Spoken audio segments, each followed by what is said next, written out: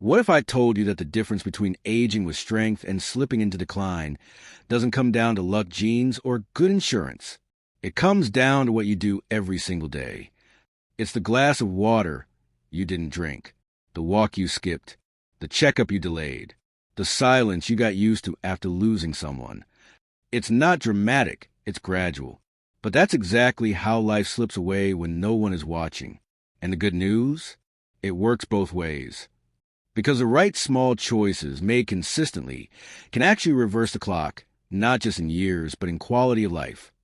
Hello and welcome back to Health and Longevity for Seniors, where we help you live stronger, longer, and happier. Let me tell you about Margaret. At 72, Margaret was energetic, sharp, and active in her community. She walked every morning, volunteered on weekends, and even taught a knitting class at the local library. But over a single year, her health began to decline, not because of illness, but because she unknowingly abandoned the very habits that had kept her thriving. A minor knee pain kept her from walking. She skipped her annual checkup, thinking she felt fine. Processed foods slowly replaced the home-cooked meals she once loved. And after her husband passed, the silence of loneliness settled in and stayed. Within just 14 months, Margaret was diagnosed with early-stage heart disease and depression. It shocked everyone, including her. The truth is, your habits will either make you or break you, especially after 60. In today's video, we're diving into 7 simple science-backed habits that can add healthy, vibrant years to your life. And stick with me until the end. I'll also share a bonus tip most people miss, even though it could be a game changer. Quick overview of stroke and why it matters.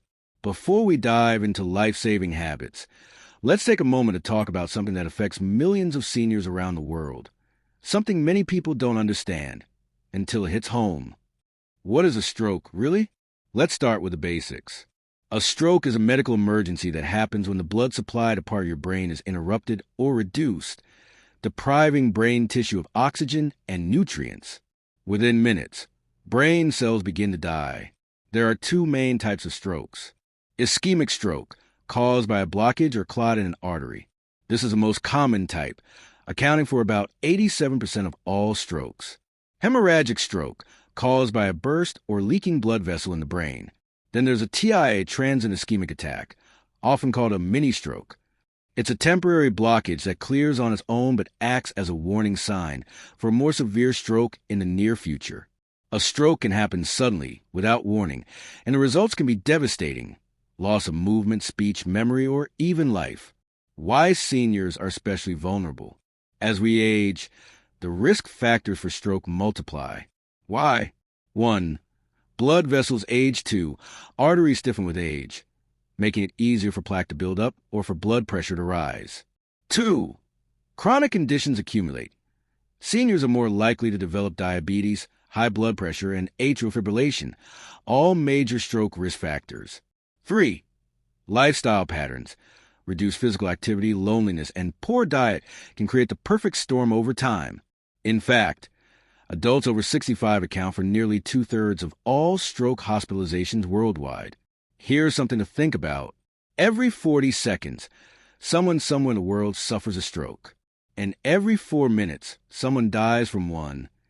And most of these people, they're older adults who were just living their lives, like Margaret, whose story we'll return to in a moment. The global toll, stroke by the numbers, according to WHO and leading health agencies. The World Health Organization, WHO, calls stroke one of the leading causes of death and disability worldwide. And the numbers are staggering. 15 million people suffer a stroke each year globally. Of these, 5 million die and another 5 million are left permanently disabled. Many lose their ability to speak, move, or live independently. Stroke is the second leading cause of death globally after ischemic heart disease. Stroke is a leading cause of long-term disability, particularly among the elderly, who often require rehabilitation, nursing care, and in many cases, round-the-clock assistance. Stroke has a profound economic impact. In high-income countries, direct and indirect costs from stroke care reach billions of dollars annually. Loss of income, medical care, rehabilitation, and long-term support for stroke survivors places heavy financial strain on families and healthcare systems. And it's not slowing down. In developing countries, as lifestyles change and diets worsen, stroke rates are rising rapidly. The WHO warns that stroke is no longer just a problem of the West. It's a global crisis. Stroke in seniors, the true cost beyond the hospital. Let's get real for a moment. When a senior suffers a stroke, the fallout goes far beyond the hospital stay. They may lose independence. They may require a wheelchair, a feeding tube, or 24-hour caregiving. Some can no longer speak clearly or recognize loved ones. Others develop depression or severe anxiety after losing control of their bodies. And for the family, caregiving often falls on adult children or spouses, many of whom are unprepared emotionally or financially. In Margaret's case, her minor stroke turned into a major turning point. It was as if someone hit the pause button on her life, her daughter said. She couldn't walk on her own.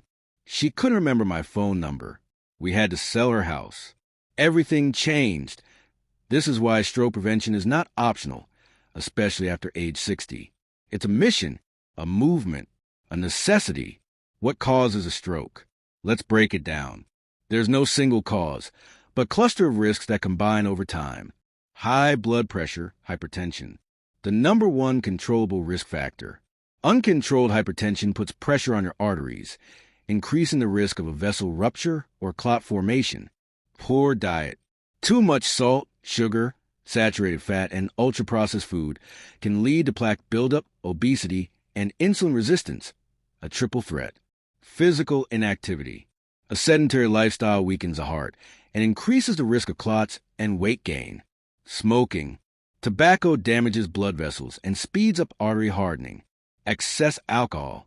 Heavy drinking can raise blood pressure and increase the risk of stroke. Genetics. If stroke runs in your family, you need to be extra proactive about prevention. Diabetes. Uncontrolled blood sugar damages blood vessels and doubles your stroke risk. Margaret didn't have all of these, but she had 3. And over time, they snowballed into a stroke she never saw coming. How stroke impacts our communities and economy. This isn't just a health problem. It's a societal one. According to recent global health estimates, stroke costs the global economy over $1 trillion per year in direct and indirect expenses.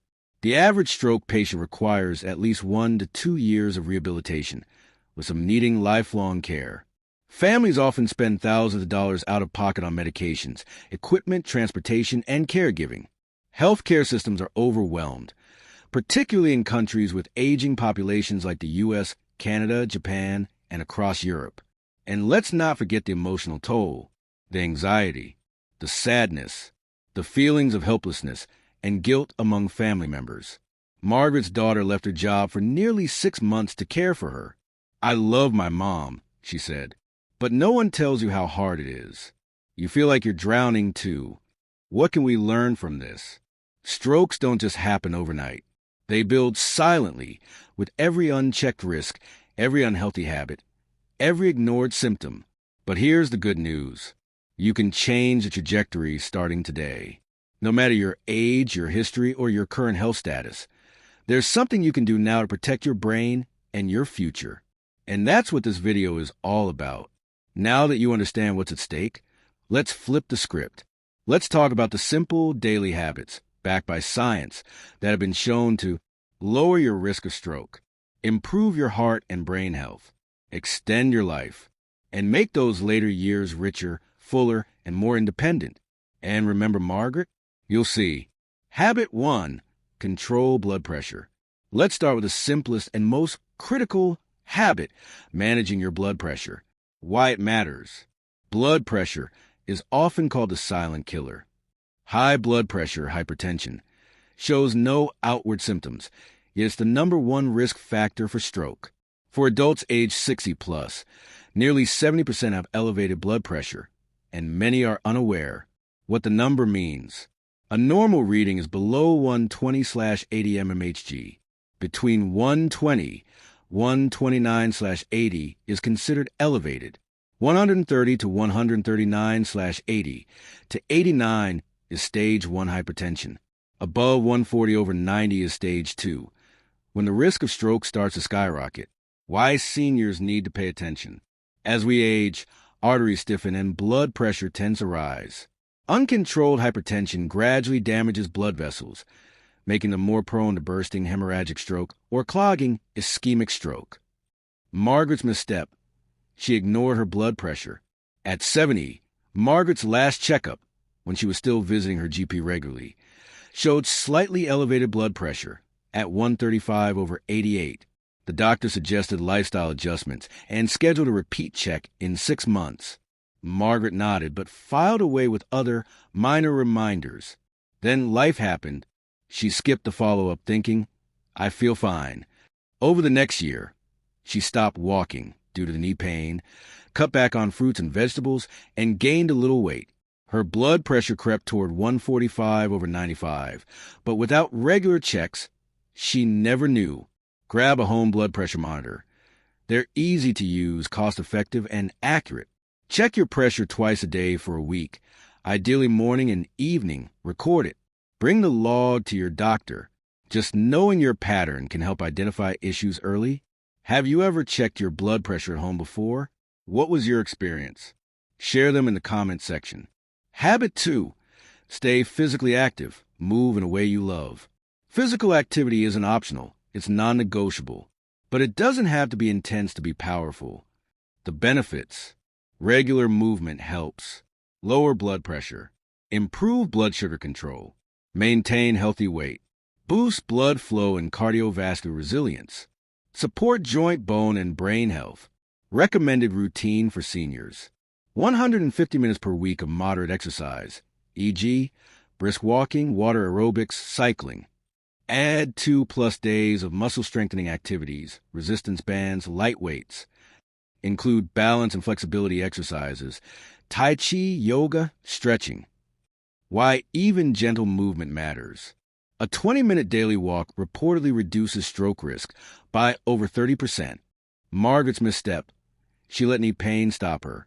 Margaret's beloved morning walks ended after knee discomfort. I'll just rest. It'll get better, she said, and never returned to walking. She didn't seek low-impact alternatives. No chair yoga. No water aerobics. Instead, the days turned more sedentary. The consequences. Her blood pressure drifted upward. She lost muscle tone and mobility. Mood dipped, less energy, less motivation. Increased weight added pressure to her heart and vessels. If joint pain stops you, explore low-impact options. Chair yoga, water walking, cycling, resistance bands. Start small, a 5-minute walk, stretch, or dancing to your favorite song. Gradually expand. Celebrate each little win. I did today. What's your favorite way to move your body? A stroll in the park? Dancing to old tunes? Chair exercises? Share them in the comment section below. Habit 3. Choose food for fuel and heart. Our bodies are ecosystems, and what we feed them matters deeply. It can build you up or break you down. Why it matters. Diet plays a major role in blood pressure, weight, inflammation, cholesterol levels, and stroke risk. Magical foods. Fruits and vegetables. Fiber, antioxidants to fight inflammation. Whole grains. Sustained energy, balanced blood sugar. Lean protein. Fish, chicken, beans. Lower bad cholesterol. Healthy fats. Olive oil, nuts. Support brain plus heart. Limit sodium, sugar, ultra-processed foods. They spike blood pressure and trigger inflammation. Simple shifts. Fill half your plate with veggies or fruit. Switch white bread/rice for whole grain options. Snack on nuts or fruit instead of chips. Season with herbs/spices instead of salt. Try garlic, lemon, cumin. Margaret's misstep. She let convenience take charge. In the early months after her husband's passing, Margaret lost interest in cooking. Picking up frozen dinners became easier than meal planning. Canned meals and microwave bowls replaced wholesome meals. Comfort foods, sugar, and sodium replaced fresh produce. Consequences. Her blood pressure climbed. Her blood sugar became more volatile. Weight gain added stress on her body. She felt sluggish, irritable, and tired, affecting her mood and motivation overall. Start with small choices. Frozen peas plus carrots count. Try cooking one extra meal each week and freezing leftovers. Experiment with herbs and spices. Drink water or herbal tea instead of juice or soda. Ask viewers, what's one healthy food you recently added to your plate? Share below. And bonus points if you include your favorite way to prepare it. Margaret's case continued. Blood pressure unchecked.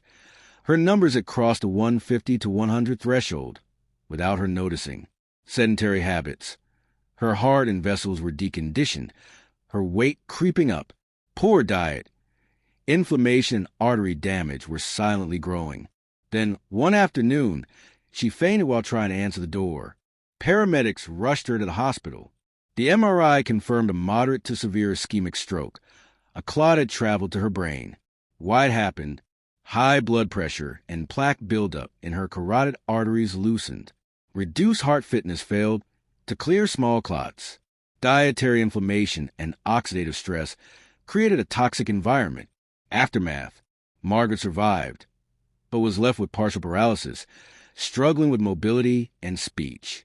Depression worsened. Life had narrowed drastically. Family caregivers sprang into action, and medical bills began to pile up.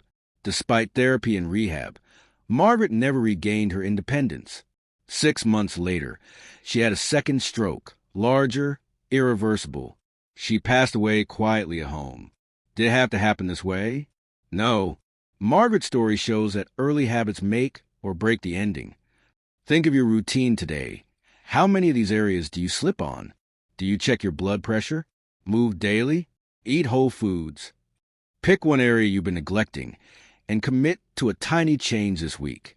A 5-minute walk, a veggie-packed meal, a blood pressure check. Drop your pledge in the comments. I'll celebrate with you. These aren't just habits. They're lifelines. If Margaret had checked just one box earlier, she might be with us today. Next time, we're diving into 4 more habits: hydration, sleep, brain exercise, and social connection. Plus the bonus habit that nobody talks about but everyone needs: routine health checkups. I promise these habits aren't hard, but they can rewrite your story unlike Margaret's. Don't forget to subscribe to the channel and hit the like button. For Habit 4, stay hydrated. Give your body what it needs. Staying hydrated might sound basic, but dehydration is a silent crisis in seniors, and it disrupts everything. Why hydration matters. Water makes up over 60% of your body. Staying hydrated keeps blood flowing freely, muscles and joints moving smoothly, brain function crisp, and body temperature stable. Even mild dehydration can cause dizziness, confusion, low blood pressure, and even increase your stroke risk if it causes blood to thicken. Why seniors are at risk. Aging blunts thirst sensation. You may not feel thirsty even when you need fluids. Medication, like diuretics, and health conditions can pull more water from the body. Margaret's misstep. She stopped noticing the signs. After her stroke, Margaret didn't feel thirsty often. Days would pass without her even sipping water. She'd forget. A cup of tea or 1 glass of juice at midday became her hydration. But it wasn't enough. Her blood thickened, placing extra strain on circulation and her heart. Occasional lightheadedness led to a fall in rehab. Thankfully, a minor one. She felt more fatigued, less alert, and more prone to infections. Keep a reusable water bottle within arm's reach. Add a slice of lemon or cucumber for taste. Set a reminder or use a water tracking app. Aim for 6 to 8 cups of water daily, more if active or in heat. What's your go-to way to remember drinking water? Do you use apps, glass markers, or just old-fashioned notes?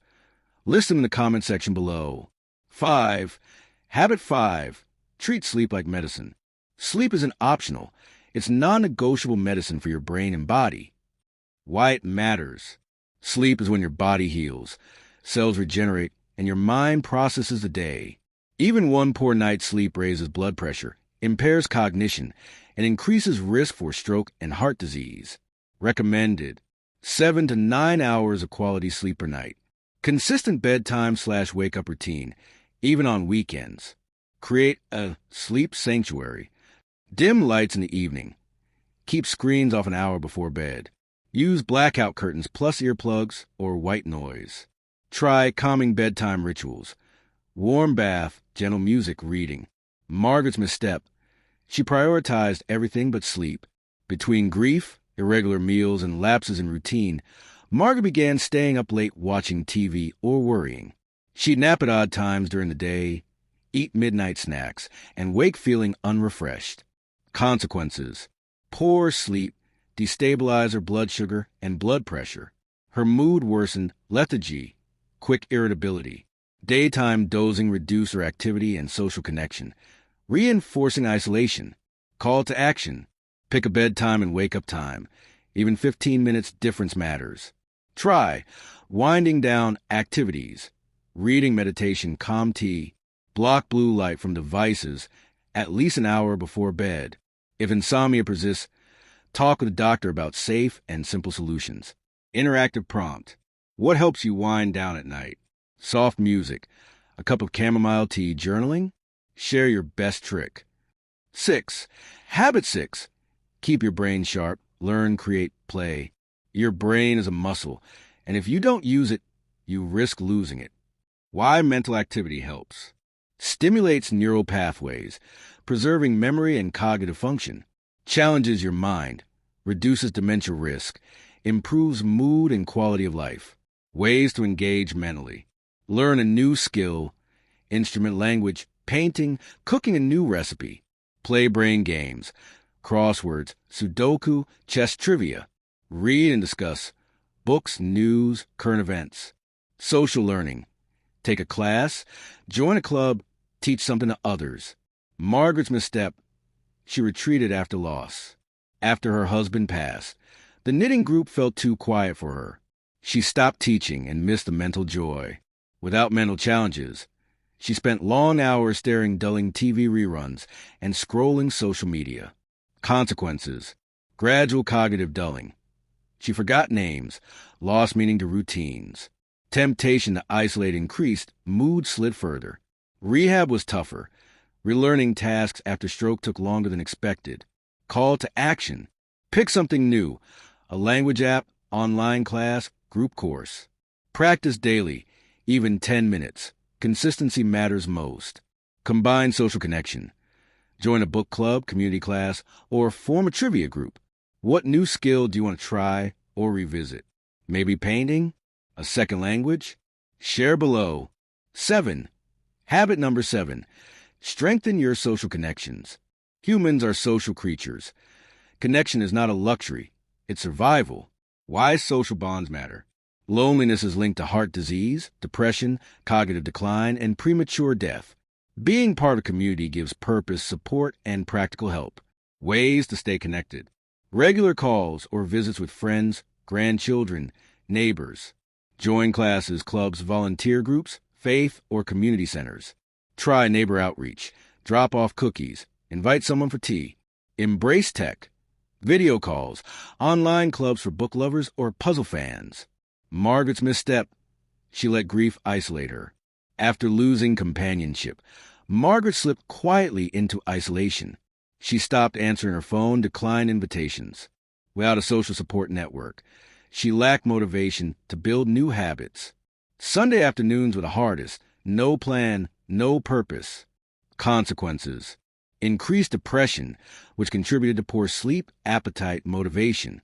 Nutrition and hydration fell further. Without check-ins, signs of deterioration went unnoticed. Her circle didn't realize how fragile things had become. Make a weekly plan. Phone a friend, attend a community event, volunteer. If mobility is a challenge, look for local senior transport or home visit programs. Host a get-together, tea, games, story time, whatever you enjoy. Keep one another accountable. Check-ins to encourage healthy habits. Who's someone you've been meaning to call or see? Why not do it today and tell us how it went? Why these habits work as a system. These aren't just single actions. They build on each other. Hydration keeps your blood fluid, supporting sleep and cleansing your mind. Good sleep empowers movement, cognitive focus, and healthy choices. Brain engagement prevents isolation from setting in during quiet nights. Social connection gives motivation, joy, and accountability, the glue that holds all habits together. What happened to Margaret, and what we can learn. By the time Margaret had her first stroke, her life had become a perfect storm. 1. dehydrated mornings, causing blood thickening and low circulation. 2. Poor sleep, disrupting blood pressure, mood, and cognition. 3. Minimal mental activity, making recovery after rehab slower. 4. Isolation, no one there to notice a lapse in self-care. Each small shift away from healthy habits fed the next until the dominoes fell. But imagine if things had gone differently. A water glass by her bed, a lights out at 10 routine, chair yoga or puzzles during rehab, weekly chats and visits, a sense of routine and belonging. These could have been turning points. Simple choices that might have delayed or even prevented her stroke. Which of habits do you struggle with the most? Hydration, sleep, mental stimulation, or connection? Why? Here's a mini challenge for you. Hydration. Fill a 1-liter bottle each morning and track consumption. Sleep. Pick a bedtime/wake time and stick to it for a week. Brain game. Spend 10 minutes a day, crossword, language app, or hobby practice. Connection. Reach out to one person this week. Call, message, visit. Write your chosen habit and action in the comments. I'll cheer you on, and so will community. Like, subscribe, and hit the bell so you don't miss a conclusion. You're not alone, and you never have to face aging unprepared. Let's do this together. Bonus habit. Get regular health checkups, even if you feel fine. The scariest part about strokes is that the danger often builds quietly until one day, everything changes in a heartbeat. It's easy to ignore doctor visits when life is busy or when you're not feeling sick. But here's the truth. Blood pressure, cholesterol, and blood sugar, the 3 silent killers, rarely come with early warning signs. Most strokes and heart attacks could have been anticipated and prevented with regular monitoring. Checkups aren't just for fixing problems. They're for finding them before they strike. What checkups you shouldn't miss? 1. Blood pressure monitoring, at least once a year or more if at risk. 2. Cholesterol panel, every 4 to 6 years or more often if elevated. 3. Blood sugar and A1C test, especially if you have family history or carry extra weight. 4. Carotid artery ultrasound if high risk. A simple scan can detect narrowing the neck arteries before they cause a stroke. 5. Annual physicals for general well-being, medication reviews, and early warning signs. Bonus tip. Keep your results in a folder or journal. Tracking over time can catch trends even your doctor might miss. Let's return to Margaret. After her first stroke, Margaret was overwhelmed.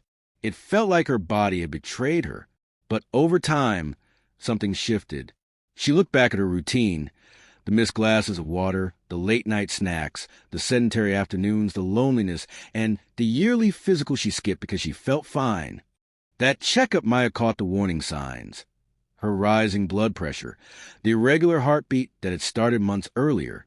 But here's the good news. Margaret didn't stop at regret. She fought back. She made changes, one habit at a time.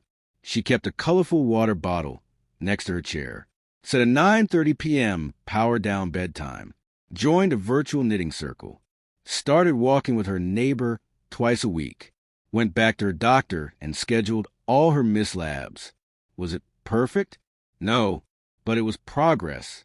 6 months later, Margaret's doctor was astonished. Her blood pressure had improved, she'd regained strength, and, best of all, her smile was back. Her secret wasn't magic. It was small, consistent change. And now, her story is a lifeline for you. So, what can you do today? You've learned 7 essential habits, plus 1 life-saving bonus habit. They aren't just about avoiding disease. They're about building a life you love, a brain that stays sharp, a body that moves freely, a heart full of energy and connection, and a future you can shape on your terms. Which habit are you starting today? Choose just one to begin with.